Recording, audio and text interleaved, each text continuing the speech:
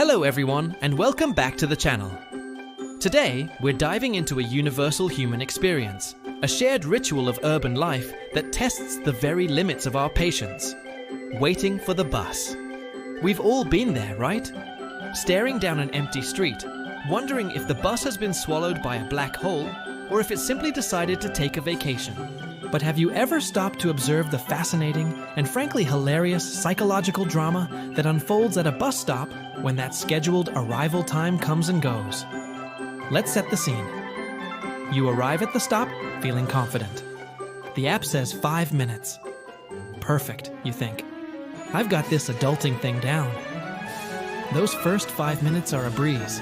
You might check your email, scroll through social media, maybe even admire a particularly interesting pigeon. This is the calm before the storm, the blissful stage of denial. The bus is definitely coming.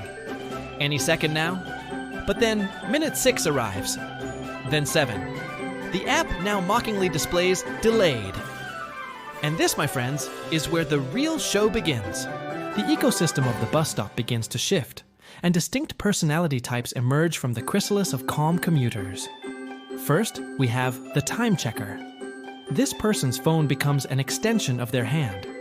Every 15 seconds, they unlock it, stare intently at the time, and then look up at the empty road as if their sheer willpower can bend space-time and summon the bus into existence. They're not just checking the time. They're in a silent, one-sided argument with the concept of time itself.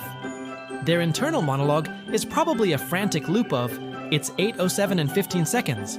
Now it's 8:07 and 30 seconds. Surely this temporal progression must mean something." Right next to them, you'll often find the pacer. The pacer cannot stand still. Stillness, to them, is an admission of defeat.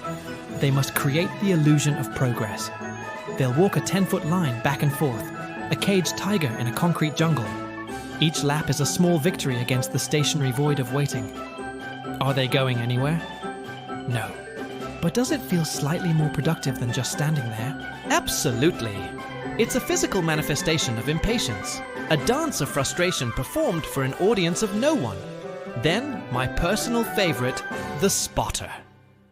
This individual has taken it upon themselves to be the official lookout for the entire group.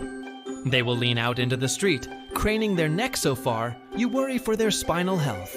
Every distant red truck, every large white van, every glint of sun off a windshield a block away is a potential bus. Is that it? They'll murmur, a flicker of hope in their eyes, only to slump back in disappointment as a delivery truck rumbles past. They are the hopeful prophets of public transit, perpetually announcing a savior that never seems to arrive. And of course, we can't forget the vocalizer. This person has moved past silent suffering and has decided everyone needs to be a part of their emotional journey. They'll start with a sigh, a loud, dramatic exhalation that says, "Can you believe this?" If that doesn't get enough of a reaction, they'll graduate to muttering under their breath, "Unbelievable. Always late. I could have walked by now." Eventually, they might even try to engage a fellow waiter in a shared trauma bond. "This is ridiculous, right?" they'll ask, seeking validation for their righteous indignation. They are the narrators of our collective despair.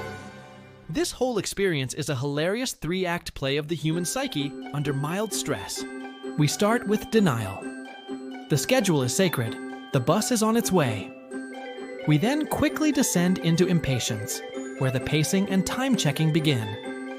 This is a form of bargaining. If I just check one more time, it will appear. Finally, as the minutes stretch into what feels like eons, we reach a state of quiet despair. People slump onto the bench. The spotter stops looking. The pacer runs out of steam. A silent, communal resignation settles over the group. We are all in this together, abandoned by the system we put our faith in. And that's the great irony, isn't it? Every morning, we place a little bit of faith in the transit system. We trust the schedule, the app, the abstract concept of a functioning city. And every time that bus is late, that faith is tested. It's a small betrayal, but it's one that reveals so much about our need for control, our perception of time, and our comical inability to simply wait. we see our own impatience reflected in the actions of others, creating a strange, unspoken camaraderie.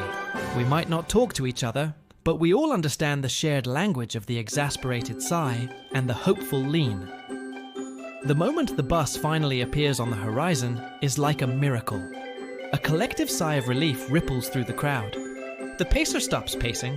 The spotter can finally rest their neck. All is forgiven. We shuffle on, find our seats, and immediately forget the existential crisis we all just shared. We reset our faith, ready to do it all over again tomorrow. Because that's what we do. We are the hopeful, impatient, and perpetually waiting humans of the bus stop. So next time you find yourself waiting for a delayed bus, take a look around. Which one are you? Are you a pacer, a spotter, or maybe you're a new type we haven't even discovered yet? Let me know in the comments below. I'd love to hear your bus stop stories. Thanks so much for hanging out with me today. If you enjoyed this little exploration of human psychology, don't forget to hit that like button and subscribe for more videos. It really helps the channel out. Stay curious, stay patient, and I'll see you in the next one.